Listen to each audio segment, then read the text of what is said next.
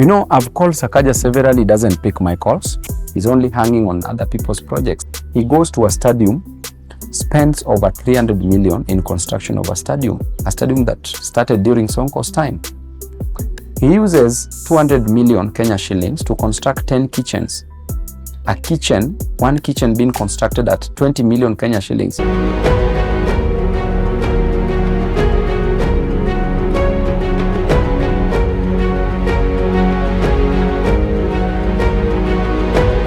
Welcome to AB Live. I'm your host, Asha Bashir.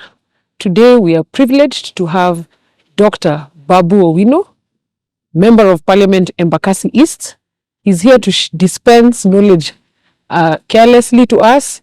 I hope you enjoy the show, and please interact with us and let us know your feedback. Welcome, Mheshimiwa. Thank you, Wakili Asha. How have you been? I'm fine. Asante sana. Thank you so much. We are privileged to have you. But before we even go further, who is Babu Owino? Asha, Babu Owino is an open book. A person who means no harm, thinks no harm, does no harm, but just wants the best for the Kenyan citizen. And Babu Owino generally from childhood to now is just an open book. You can read him from the first page to the last page, actually from the cover page, the last cover page. So Babu Owino is an open book who is just passionate to work for Kenyans. Wow, powerful. How is your childhood? How was your childhood growing up to where you are? How do you define your journey? My journey has been very tedious, but I really thank God to have gone through that process, because it is a process that it is a lifestyle that molded me into a man. Yeah. Molded me to knowing what going without food is, such that if a mama mboga tells me that she's going without food, I know what it is to go without food. If a boda boda rider tells me that they lack school fee, he lacks school fee to take a child to school, I know what it is to lack school fee. If a youth from the slum or any other place tells me that he's in prison, I know what it is to be in prison.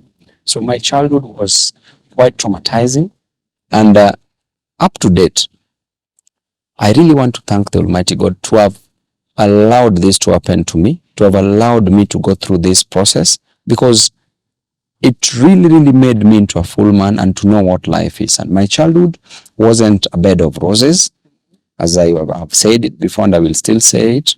After Dad had passed on, I was in class 3 with our siblings. Mom started selling changa. The journey was about selling changa. And you know, if you sell changa in the slums, then you are the lowest of the lowest, in the lowest echelons possible in the society.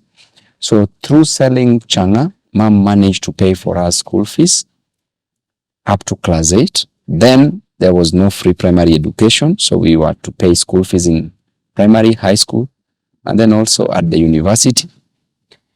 I was privileged to get help because I passed my high school. But along the way, life was not easy. My 2 other siblings decided to fall out and let my mom educate me because of insufficient funds to pay school fees. So therefore, that lifestyle was not easy. Used to be arrested on and off, sleep in police cells as early as being in primary school. The day I was taking my KCSE biology practicals, the night before I was in a police cell. The following day, managed to go to do my examination straight from the police cell. Went there. Actually, an OCS by the name Wanyama is the one who removed a Land Cruiser that took me to Kisumu Boys, which is just next to Central Police Station. It's just 2 minutes drive. Central Police Station in Kisumu. So passed my examinations, was called to study at Egerton University. Then I opted to do A-levels that I got a scholarship. Then joined the University of Nairobi, did my actuarial science degree, got my first class honors in actuarial science, did my master's, did law, did master's in law, another master's in law now, did my 6 diplomas. So that has been my lifestyle so far. It has been a journey, but a journey that is worth it. The juice has been worth the squeeze. Yes. Quite interesting. So mom educated you, and you've said some of your siblings had to, along the way, drop off just to see you. How do they see you now? Having sacrificed for you now? They sacrificed for me, And that is why I have to sacrifice for them as my siblings. My sister later on joined high school after I was at the university way later, and it's me who paid for her when I was already a student leader. So after that, I enrolled her in a college where she went and did tailoring, and that is what she does up to now. And at least she did catering, and in that the package for tailoring was also there, and that is what she uses to survive. I also support her business. My brother didn't proceed beyond that level where he dropped out, and probably because of it had taken many years back, so lack of interest also. Yeah. But they're my responsibility. They're my responsibility.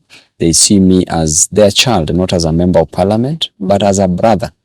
Okay? To my sister, I'm a brother. To my brother, I'm a brother. I'm the last born in our family. And they are my responsibilities. I have to take care. So at home, you're the baby of the home. So, and the reason why I decided to do many other degrees is for them. Wow. I decided to study for each person in my family so that at least. So the first degree belongs to who? The first degree, the first class honors is my mother's. Wow. Yes. Then master's is for my sister in actuarial science. Then the law degree, second class upper division, is for my brother. Then these two other extra masters, now those are for me. So even if there's anybody in my family who is not going to school, I will also distribute those diplomas so that they dispense carelessly, so that they can have diplomas somewhere. But I encourage them to go to school. In my family, I really encourage everybody. So long as you are a child, you must go to school. So long as you are an adult who is willing to go back to school, then I'm also willing to pay for you to go back to school, because to me, school has been everything. Were it not for education, I would not be seated here looking at you. It's because of education that made me move from Nyalenda slums, take a bus, board a bus. In my life, I'd never boarded a bus. How was that experience? And I was behind a bus and at the back seat, and those buses, they were also MENA that was coming to Nairobi. So experience. But anyway, it is a lifestyle that we were used to. So were it not for education, I would have never been here.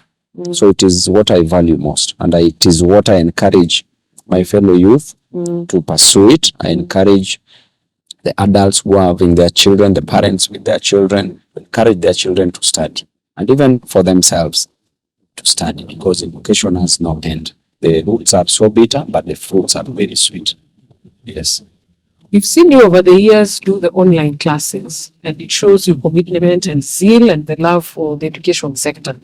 Would you mind if you share with the viewers what drives you?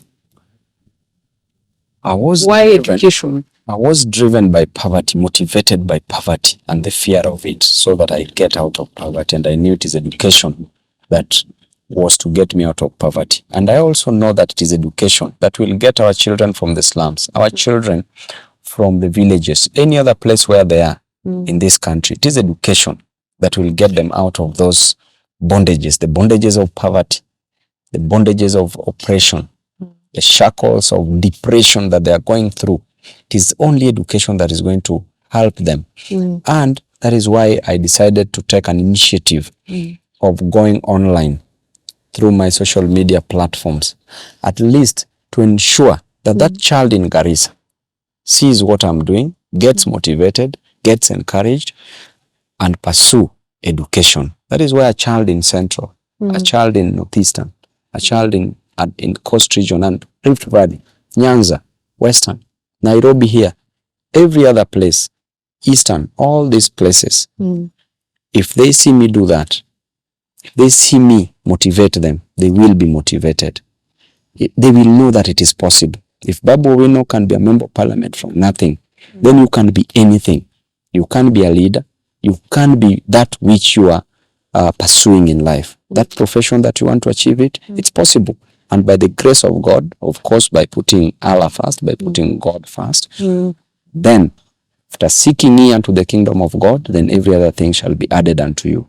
So I did my online lessons to motivate our children, to help them, to let them know that nothing is impossible. That subject that is disturbing you, if it is Kiswahili, if it is mathematics, it's possible. through practice, because nobody was born knowing. But along the way, through learning and experience, you get to learn something. So therefore, there is nothing impossible. There's nothing difficult. Just thinking is making it so. Yes. Kenyans have been wondering, you have been mastering to teach biology, physics, mathematics, and chemistry online. How do you remember all this? Do you revise before coming to teach? Because most of us all did biology, chemistry, mathematics at high school. But 90% of us, I can speak for myself, don't remember the thematic areas or the course itself. You can remember some parts, but not completely the entire curriculum. So how do you manage? How do you pull through and manage to bring out a class where someone can sit and feel you're still in touch, though you left high school many years back? You know, Asha, when I joined primary school,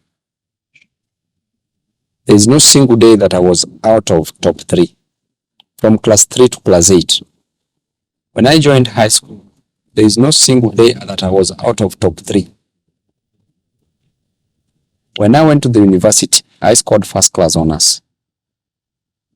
And therefore, God blessed me with brains.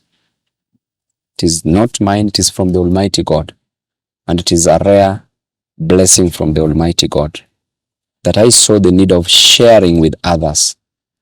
I don't look down upon those who are not very capable in terms of their mental faculty, but I try to motivate them, to tell them that it is possible. Even those who are not born knowing, through practice, you will get to know. So when it comes to me teaching mathematics, chemistry, it is something that I internalized when I was in high school. For those that I did in primary, I internalized when I was in primary, and it was part of me, and it's still part of me up to date. That's why you could see me running a lesson of primary, secondary, and university. By the way, I did university mathematics for 2 hours without referring, without reference, making reference to any book, because knowledge is part of me. When you see me, you see knowledge. And that's why I always say I dispense it carelessly. So when you see me, you see knowledge. And when I go take a pen or a chalk for that matter, I am sure of what I'm doing because of the gift that the Almighty God has given you. Has given me. That is why I do it. Of course, 1 or 2, you may want to prepare 1 or 2. But you can even take a whole year. If you know nothing, you just know nothing. But again, if it is part of you, you will take less than 5 minutes and you already know, okay, which topics this, if it is vectors, if it is organic chemistry, what is it about? If it is metals in chemistry, or, okay, a topic that you're going to take, can take few minutes just to brush through. And then you just go and convert that message from potential energy to kinetic. It moving from a region of high concentration to a region of low concentration to a region of another high concentration. I don't want to call it high because the students are eager to learn. So the concentration is already high. To be at par. Ready to tap in the knowledge, Do you intend to still do the online classes? Or I saw one time you went to Kilimani Primary School.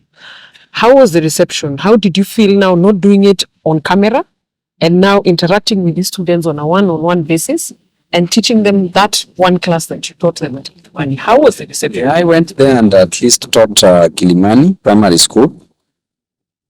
But it was amazing. You find an environment where students are eager. They want to know, this Babu, what content is he having? If I listen to him, will I achieve something? So they were eager to learn. And any other school that I've always gone to, the other day I was at Christian Sand School in Kisumu. They were eager to learn. I want to move around this nation. I will go to the northern part of Kenya, the western part of Kenya, central region, Rift Valley, I will go there, coastal region. I will go to every part of this nation to impart knowledge on these students. because I know through that education, that is what will help them. So my plan is still to go around the 8 regions, the 47 counties, and the 290 constituencies. Dispense knowledge Carelessly. I like that. So Mwesh, now that we look at the curriculum, there's been a change of the curriculum with the introduction of the CBC, and last year the candidates who sat for their KCPE exams marked the end of the KCPE exams. Now we are moving to a new whole system. What is your take on this system? This system has been a very good system, especially when Magoha was driving it, because it was introduced by Professor George Albert Magoha Umore, may his soul rest in peace, my former Vice Chancellor at the University of Nairobi and the Cabinet Secretary for Education. That man was a thorough man, an intellectual per square inch. He came up with this idea of CBC because CBC was a timely system for our children, because it involves both the practical nature of education and also the theoretical nature of education. And therefore, the practical nature of education is so important to our children because they grow up knowing, doing things, such that an engineer already is being trained from primary school. This child will already know whether the child will be a doctor or an engineer, whether a teacher or an advocate. Whether a social scientist or a normal scientist. Okay? Yeah. Whether a child will venture into any other field, the child will know right away from the primary level. So CBC is an excellent system that, when well implemented, can give us excellent results. The problem with the CBC as we speak now is that it's not taken serious by the government. Why? Because one teacher for a junior secondary school, for example, is teaching 8 to 10 subjects. To teach a subject, you must take time to prepare. Yeah. So a teacher teaching for 10 hours, if a subject is taking around 45 minutes, so that is 450 minutes, right? Yeah. 450 minutes a whole day, you need to relax as a teacher. When you are trained at the university, you are trained to do at most 2 subjects. Courses, yes. 2 subjects that you are going to impart on students, which is humanly possible. But you are taking a teacher who is supposed to teach 2 subjects to go and do 8 to 10 subjects, which means the quality of education will be low, number 1. Number 2, teachers won't be motivated. Yeah. They are people, they are human, they need to rest. When they go home, they have their families. They need to be motivated by the government. They are being paid less money. When they go home, they need to spend time with their families so that they need enough sleep to come back while they are fresh. So there will be poor quality education. So in addition to that, the government is not paying them well. They are paid 18 to 20,000 Kenya shillings and they are still interns. So you wonder. So the job security is not even there. There is no motivation. There are not enough infrastructure in these schools, in these primary schools. For you to teach these courses, you need laboratories, okay, for science subjects. These laboratories where you do practical works, where do you get them if there are no laboratories in schools? So which means that our children are being used as control experiments, as guinea pigs, okay, which is so bad. And if the government realized the role of education, the role that education plays in the economy of a nation, everywhere there is the usage of the skills, and usage of skills is obtained through education. If you go to the hospital, you need a trained doctor, trained nurses to take care of you. If you go to the agricultural sector, that is health sector. If you go to the agricultural sector, you will need a person who knows how fertilizer in what ratio should be mixed for you to get a right farm produce. If you go to the legal sector, you will need trained advocates who will take care of the of the accused and which you know too well with. At least now unacheka sana. We will take care of the plaintiff and the defendant, the petitioner and the respondent. We'll take care of the accused and the complainant. Yeah. Okay? They need to be trained. So which means education is playing an important role. If you're building a house like the unaffordable houses that is being built right now, you will need engineers who are trained. Even that person who is going, that mason, you will need a person who is trained, a plumber who is trained, an electrician who is trained. So generally, in all these fields, you need a trained person, and that is only achieved through education. And that's why we need to give education a priority and respect it and pump all the resources in it. So CBC, as we speak, is not succeeding. So far, so bad, unless we change. Otherwise, we will affect the lives of our children. How would you rate this current government in terms of the education sector, particularly the education sector that you've been very passionate about? I had a clip one time you said if Azimio had won, you would be the cabinet secretary for education. Yes. So now, on that capacity and because of your zeal and commitment and passion in the education sector, how will you rate the current regime in terms of the education sector holistically? And we're talking about now from primary to all the way to university, and we're also looking at the welfare of the teachers. So education as a sector and as a docket as a whole, how would you rate them from 1 to 10? How would you rate this current regime? From 0 to 10, on a number line, I would rate them at -10. Wow. Okay, -10. He's not even 0. He's not even 0. He's below 0. Okay, because they're doing nothing. Why are they doing nothing? CBC has failed, just as I've explained. Teachers are not paid well. There is no motivation. There is low quality education. Okay. In addition to that, look at that is in primary school and high school. There are interns who are not being confirmed. Okay, who are teachers are not being confirmed. So generally, people are demoralized. Okay. Then in addition to that, look at the universities where education has risen to the least cost, that is an art cost, a social science costing 300,000 Kenya shillings. With 300,000 Kenya shillings, how will a mama mboga accumulate this money to pay for one child, leave alone 2? Most people have 2, 3, 5 children. You want to educate all of them. The university education is expensive. The government is only sponsoring 45,000, giving them a full scholarship. HELB has been now more like disbanded. It's not happening. Okay. So if you are not being given help and you're expected to pay 300,000 Kenya shillings, that person who is going from Jengo on a daily basis, they earn 600 shillings. Kazi ya mkono ya kubeba mawe, kubeba simiti, kuleta maji kwa site. 600 shillings. Assuming that this person is working on a daily basis for a whole month for 30 days. 600 times 30 is 18,000 Kenya shillings. So this person gets 18,000 Kenya shillings per month and works from 1st to 30th. Then times 12 months in a year. So in 1 year, that is 18,000 times 12. That is 216,000 Kenya shillings in a whole year. Imagine, in a whole year, you've not rested, you've not slept, you've not rested. You work from 1st of January to 31st of December. You earn 216,000 Kenya shillings. Then you have one child who needs school fee of 300,000 Kenya shillings. So how is it possible for you to pay this fee?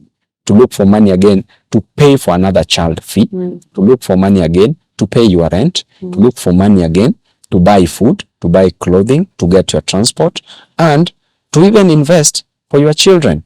So which means it is not possible. So therefore, after finishing high school, our children are not going to proceed to the university because the government has ensured that they've made education in this country very, very expensive. So it is a sad thing. I rate them at between 0 to 10 at -10. There's nothing they've done. And you are saying that if Azimio would have been would have taken power, would have been a CS for education, I would have just made life simple for people.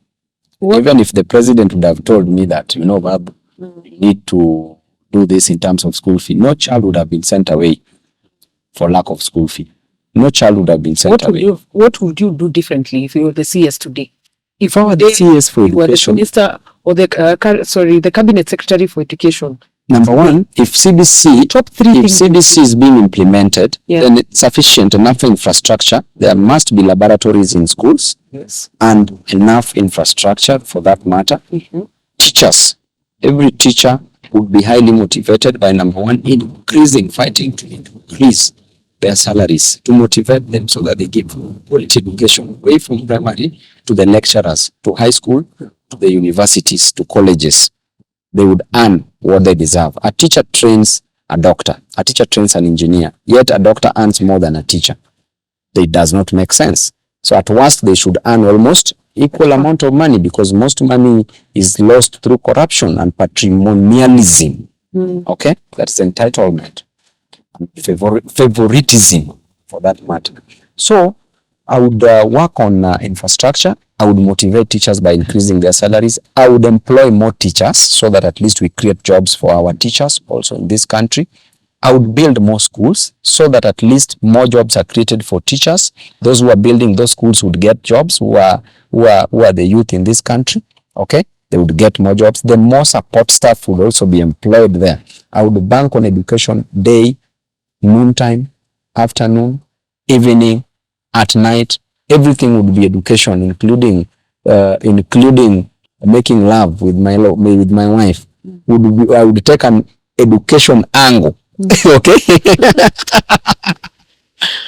So for me, no child would be sent away from school, because I know what it is to lack school. I know what it is to miss even one lesson, because recovering that 145-minute class is not very easy. So I know what it is to lack school fee. No child would be sent home, but I would encourage parents to pay school fee by any means necessary. If you have a cow, bring it. We can go and look for a market in a school. Bring it in a school. We can go and look for a market somewhere else. If you have a chicken, if you can come and wash the school, and that money that you ought to have been paid to go to school fee, we take that route. We would devise other means by which parents would ensure that their children finish school. Then after that, they would pay much later. And even if they don't have enough money to pay, the government is well funded in terms of education. All this money that we take for loans, why don't we pump in education? Why don't we make secondary education to be free? Why don't we make university education to be free, for that matter? Why would we train people from primary free, then you can't afford secondary free, and you can't afford university free, yet there is money. We pay taxes. There's loans we are taking. So there's money, yet money is being misappropriated. That's powerful. Mheshimiwa, people know you as Babu Owino, but you also are known as Paul Ogili. Help the viewers to understand how the name Babu Owino came. And is it your real name, or it's Paul Ogili, or the four names are yours? Are you Paul Ogili Babu Owino, or Paul Ogili alias Babu Owino? Babu Owino is equivalent to Paul Ogili, and Paul Ogili equals to Babu Owino, and Babu Owino is congruent to Paul Ogili. So an amalgamation of these four names creates the institution of Paul Ogili Babu Owino. So those are my names, okay, that my mom gave me. Okay, so way from childhood, way from birth, they are all my names. Kenyans are also curious to know, is Babu your name? Leave the Owino part and the Paul Ogili, but Babu itself, is it because you stayed, your critics say it's because you were a student leader for the longest in the history of the country, and by the virtue of that, the name Babu came because of that? Or is it a name that your beautiful mother gave you from the word go? That is a name that is engraved, enshrined. That is a name that is part of me. It is me, and it is my mom that gave me that name as Babu.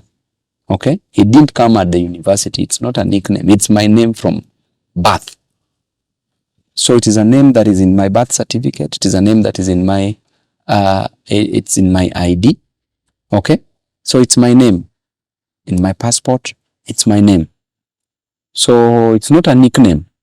It's not also known as. It's not also known as, no.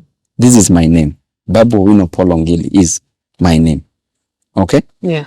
So I can't explain much about that, because that is my name. Nice. You've been a member of me parliament. Staying at the university, was for the acquisition of knowledge that is out there. Everybody know about that. And me staying at the university and being a student leader, by there I was the longest serving student leader on earth because of the great work that I was doing. My students never used to let me go because of the great work. Every other time they used to elect me and re-elect and re-elect me. And after that, the people of Embakasi's constituency poached me from the university to be their member of parliament. And now I'm there working for them. And in Embakasi, if I wanted to stay, I would even stay for 10 terms or even 20 terms. But there's also growth. So you've been the longest serving student leader in the country, and like you said, in our country particularly, you've been the longest serving student leader. How did that create you to be where you are as a member of parliament? Could you say there are things you learned while you were a student leader that also gave you the urge and the push now to come to national politics and serve Embakasi East? And why Embakasi East? Why not any other constituency? Because your critics say, why didn't you go to Kisumu? Thank you. You know me, I must say that God loves me so much. That God ensured that I was always in top 3 from class 1, okay, all the way to the university being among the best, okay. And at the same time, God loved me and loves me so much that he ensured that from class 3, I was a prefect, class 4, 5, 6, 7 prefect, 7 assistant head boy, 8 head boy, class 8 head boy. From 1 to Form 4, student leader. From 5 and Form 6, A levels, advanced subsidiary level, that is a S level, and advanced level, Form 5 and Form 6, the Cambridge system or the British system. Head boy for 2 terms. University of Nairobi, student leader for 4 terms. Kenya University Students Organization, the whole country, 4 terms student leader for all the universities in the country called KUSU. After that, member of parliament for 2 terms. You can see that trajectory. Where do you think I'm headed? You tell us. The viewers want to hear where you want to head. So where do you think I'm headed? Tell us. The voter only votes when we see the ballot will declare interest. So declare interest to your viewers and tell them. So generally, we can even be the president of anything in this world. Okay? Hii ya Kenya ni kidogo. Hii ni kidogo tu, hii kuiba kura tu hapa na pale. Kitu rahisi sana. So, but for me, I don't even need kuiba kura because of the love that Kenyans have for me. They will just find themselves voting for me, you see. But it's very easy, but I can assure you that is where we are headed, and we will be there.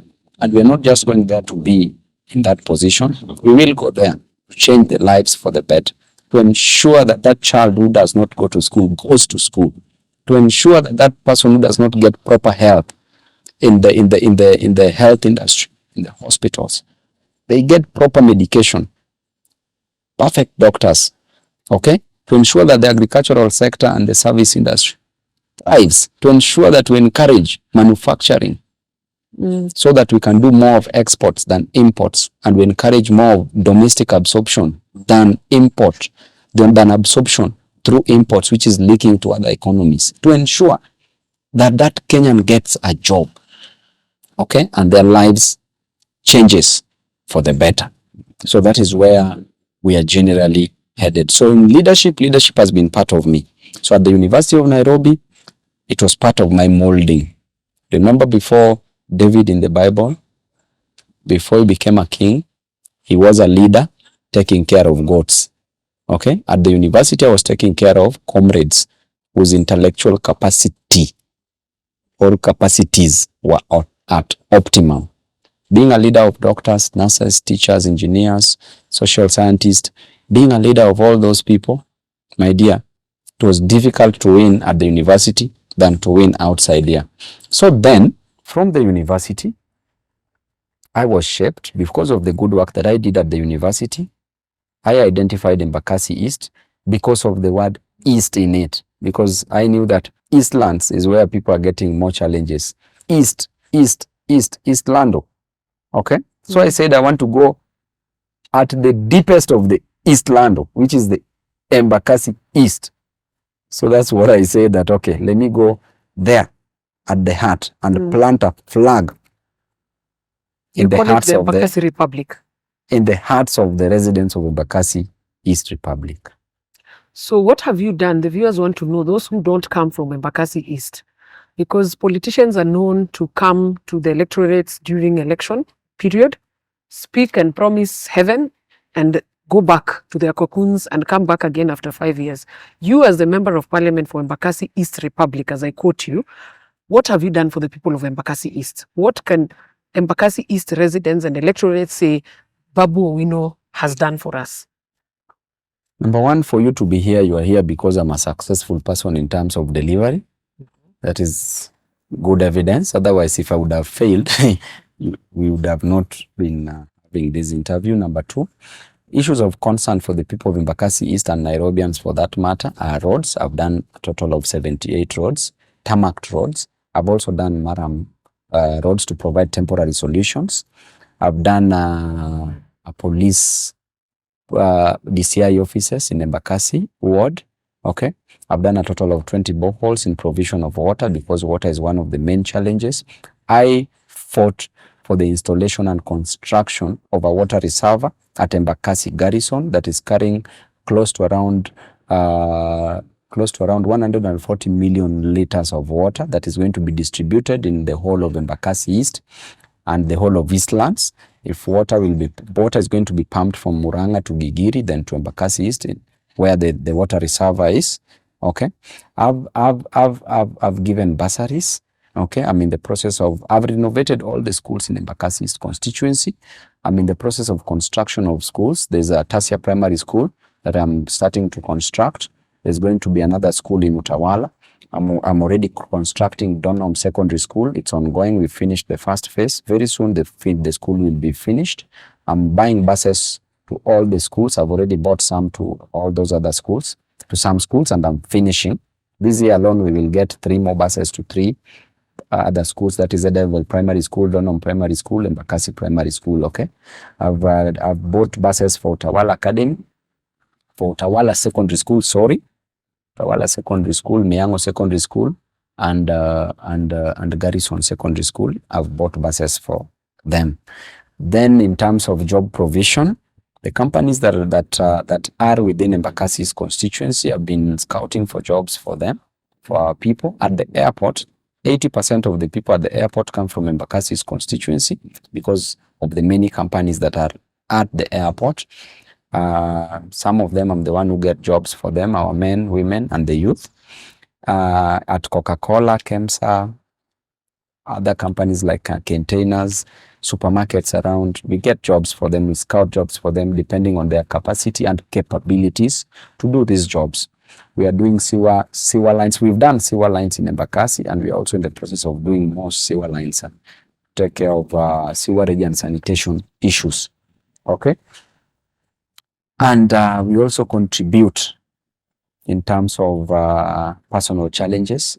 When people have challenges, when people pass on, we contribute to how bodies are transported to various villages. I do that.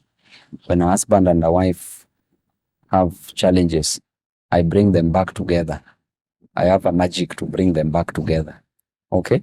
And that should be a discussion for another day. We need around 2 hours to do that. And I encourage Kenyans, if they have challenges in their matrimonial setups, yes, they just come. For Daktari Babu Owino. Yes. So we will wear the gear for that again, and we can do something, you know, so long as you help somebody, because we wouldn't want children to grow with single parents. We want both the parents to be available, to avail themselves, so that at least, 80% of people in the prison are coming from single parenthood. So that can tell you about the growth of a child being influenced by both the parents. And they are, in absence of one parent, the child will automatically suffer, because there is that which a man should provide to a child, and there is that which a woman, the mother of a child, can provide to a child.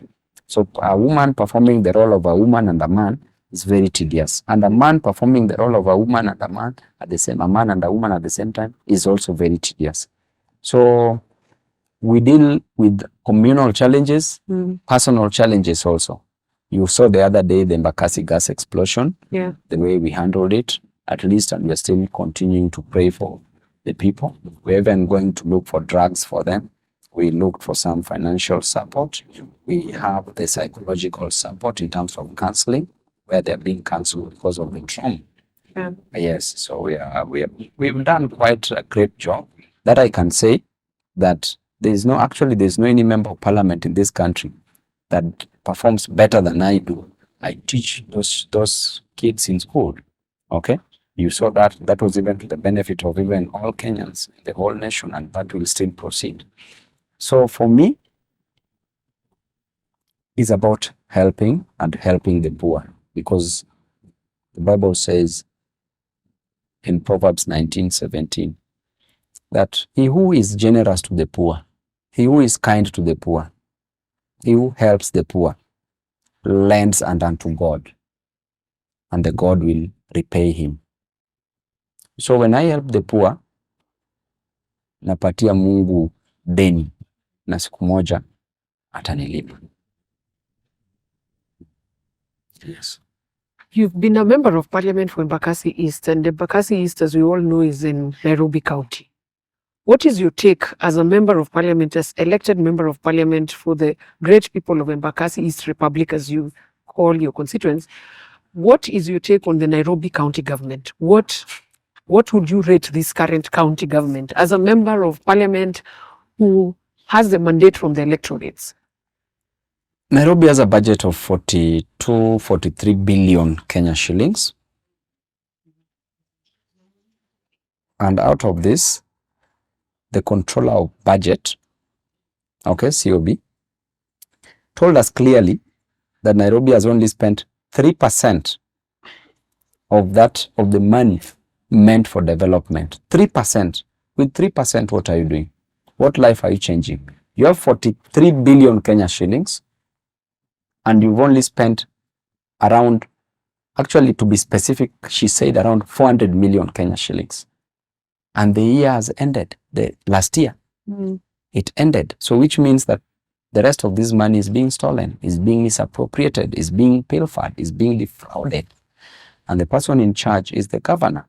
And it is sad that the governor has been entrusted by the people of Nairobi to take care of their rights, to fight for them in terms of issuance of bursaries, in terms of construction of roads, provision of fresh and clean water.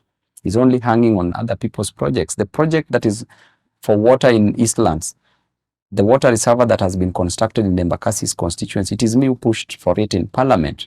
He wants to take that project and say that he's supplying water for the people of Nairobi. That is not his work. It is not his work. It was done during Uhuru's regime. And he goes to a stadium, spends over 300 million in construction of a stadium that started during Sonko's time. He uses 200 million Kenya shillings to construct 10 kitchens. One kitchen being constructed at 20 million Kenya shillings. Hii ni jikoni inakuja na chakula tayari ama unanunua chakula tofauti. So that is a shame. That man is a shame because he is disappointing the young people in this country. He's trying to tell Kenyans that the young people, they have nothing to offer but theft. They have nothing to offer but PR. They have nothing to offer but by wanting to look beautiful. To a man, life is about duty, not beauty. You can't be smiling at a camera and you're a man and you are saying that wewe ni mrembo. Mrembo kitu gani? Kama mimi ndio mrembo hata kumshinda, and you'll attest to that. Na sasa yeye anajiondoa ati ni mrembo, ameweka billboard kila mahali. Those billboards were put at a cost of 30 million Kenya shillings. That 30 million Kenya shillings, how many jobs would those provide? He's introduced the school feeding program, which is not a bad program per se, but that cost of school feeding program is at 4 billion Kenya shillings.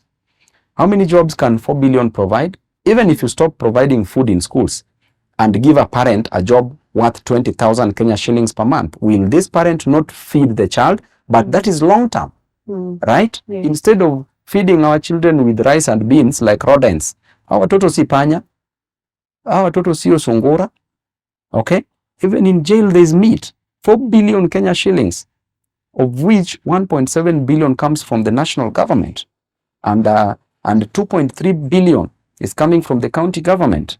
and is still collecting money from parents, 5 shillings per day, which is totaling to around 217 million Kenya shillings in a year.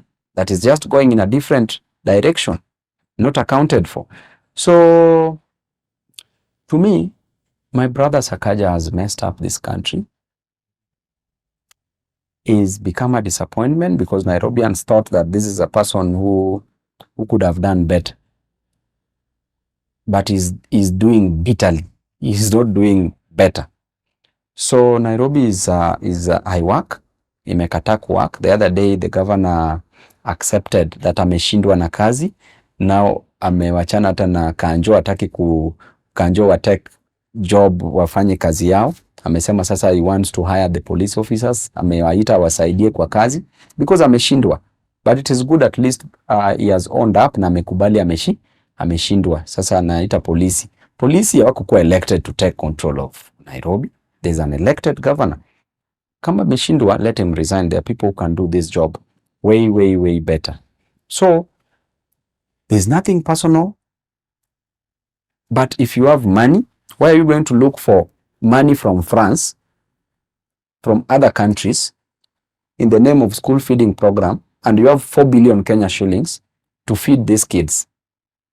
You feed these kids, you need even to feed the high school kids, because that budget is sufficient for them.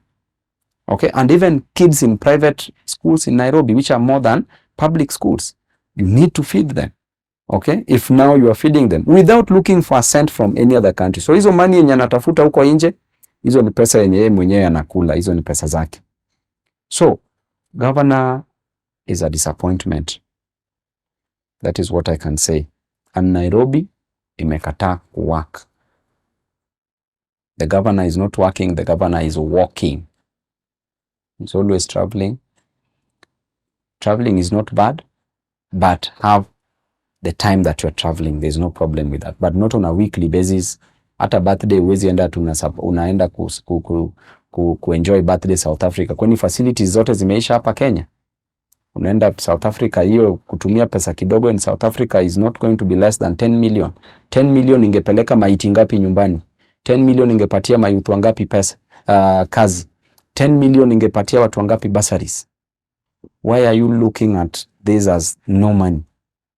In terms of collection, Nairobi should be collecting 19 billion, okay, in a year. Right now, the controller of budget told us that Nairobi, we're almost in half a year, okay? By half a year, Nairobi had collected 3.9 billion, which means that over around 15.1 billion will not be collected. Therefore, you cannot offer services. So that is incompetence. So which means this person was born an incompetent leader, because you have budget, you have money. Work. CC roads, ambie, these are a list of roads, weka hapo, procurement, contractors, and then mfanye kazi. Kama ni mambo ya health, deal na health. Kama ni mambo ya sports, deal na sports. All these sectors. So yule ni mtu wa, yule anafaa aende modeling. Out of 10, how will you rate the county government of Nairobi? There is no number for him. Of the governor. There is no number for him.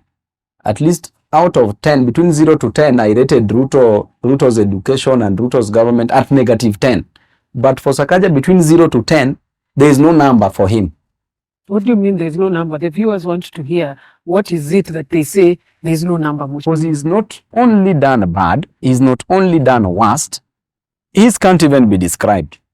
Because even worst, at least utasema there's something. There's nothing for him. Number imeisha. Hana number.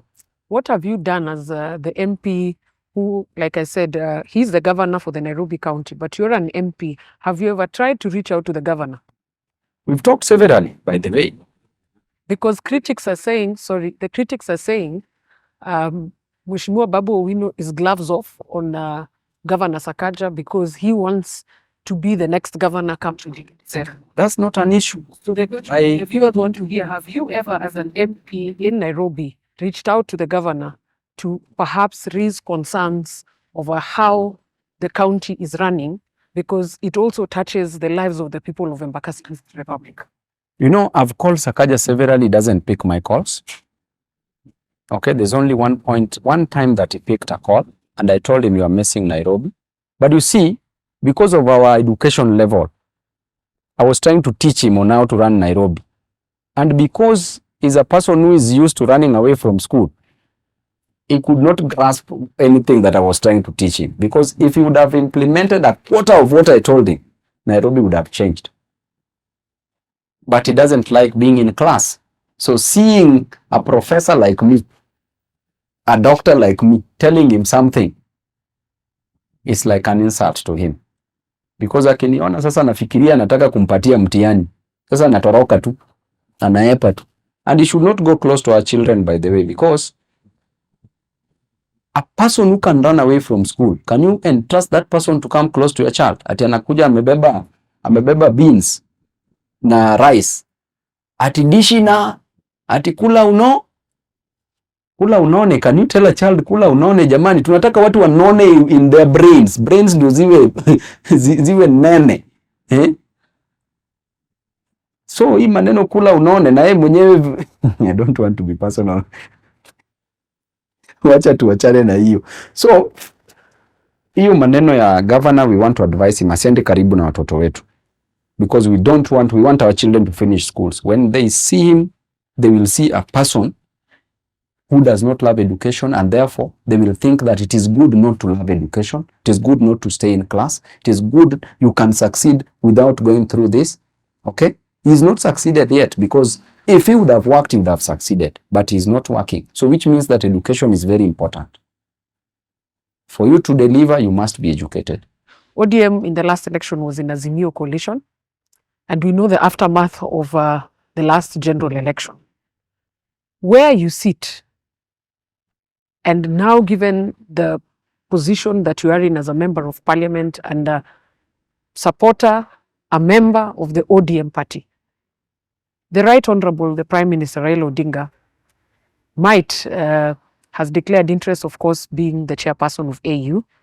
In the event, the Right Honorable leaves. First of all, the first question is, do you support Raila Odinga to go for the AU chairperson? For me, I support Baba's bid 101%. I really want Baba to go there, because Baba is one person who's really fought for this nation, fought for Kenyans, denied himself so many things. Okay? He's sacrificed for us more than any other thing. He's really done a lot for us. And for me, I would support his bid to be the AUC chairperson, just because it is time for Baba. It has been time for Kenyans, and now it is time for Baba to get something. Okay? He's really tried to get that which he wanted to get. Unfortunately, things have been so unfortunate. But with that even in mind, let him get something. Let it be Baba's time this time round. And I urge Kenyans to support him. Let it be a Baba time. Okay? Not every time their time, but a Baba time, or Baba's time. And because of that, I'm really supporting Baba's bid. And I know, and I'm praying for him, and I know that Baba is going to be the AUC chairperson. What is your take on the NADCO report? Because critics again are saying that the Right Honorable Prime Minister went to the streets, what you call mandamano, and I'm sure you know it very well, more than any other Kenyan, all in the game of negotiating for himself. Was the NADCO report that was recently released, as a member of parliament, was it something that you championed for, even as you went to the streets on the last phase of mandamano? There are bits of the NADCO report that are in the interest of Kenyan citizens, but there are those major parts that are not in the interest of Kenyan citizens, because something like the cost of living was not handled at all, and that was the elephant in the room, and is still the elephant in the room. Therefore, the NADCO report has mixed reactions. The interest of Kenyans, which is the high cost of living, has not been captured in the report, which as a leader makes me not to support the NADCO report 100%. On the other hand, there are other issues which have been dealt with, which are going to be also dealt with, which is also some are in the interest of the Kenyan citizens. So it has mixed reactions. But to me, the fact that there is no cost of living that has been handled in the NADCO report, then ni kuisupport shingo upande. Yes. ODM, if Baba today exits and gets the job, as you've rightly put it, that it is Baba's turn, as a member of ODM, what is the fate of ODM? Because critics are saying ODM, with Baba out, ODM is a complete sham. Other critics are saying with ODM out brings a rise of new crop of leaders, pitting the deputy party leader, former governor Mombasa, Hassan Joho, against former governor Oparanya. What do you take as a member of ODM and as a sitting member of parliament from that party? What is your take on the ongoing affairs in the ODM party? What I would urge people, members of ODM, is that we need to unite. We need to be one. We need to fight for the interest of ODM members. We need to be in ODM. Even if there's a fight within ODM because of party positions, that shouldn't be personal. It should just be something which does not go deep to divide ODM. Because ODM is a party that is uniting all tribes in this country.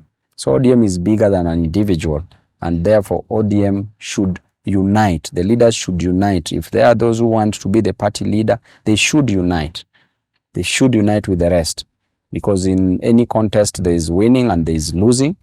And for those who shall have lost, they should be brought back and at least made to feel that they're members of ODM, that party which they love. They resonated with its ideologies.